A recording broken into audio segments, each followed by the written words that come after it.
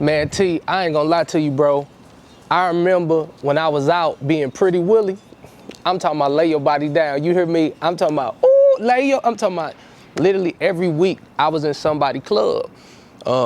And on average, like these dudes nowadays, they making hundreds of thousands of dollars when they walk in. But we was happy with our strong 10,000. Let me tell you, 10 grand or 5 grand back then, 3 times a weekend, you know what I'm saying? That was like a lot of money to take care of everybody.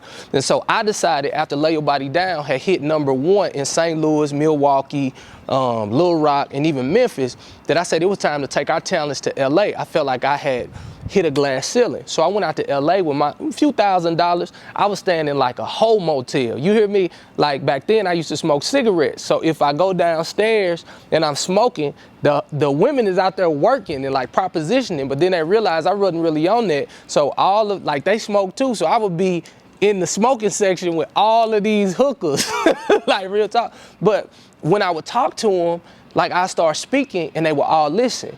And I was on faith, so I couldn't help but talk about God. Now remind you, I'm smoking cigarettes, going to the studio singing sex songs, but I'm ministering in the circle with all these hookers. And one night, this hooker, she was just like, and I don't even know what the politically correct name for them now, because I didn't want to say hoes, you know what I mean? But like, I'm in the circle with this one young lady and the Lord just started speaking to her.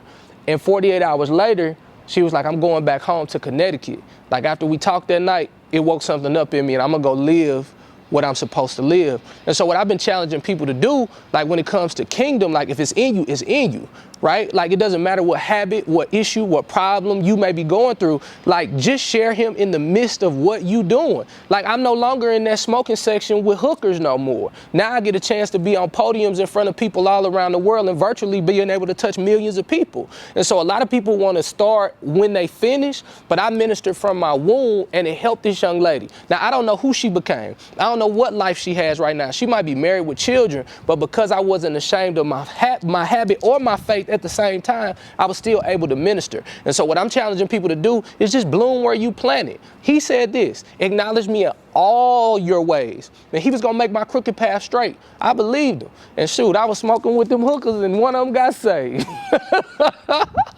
Flat out.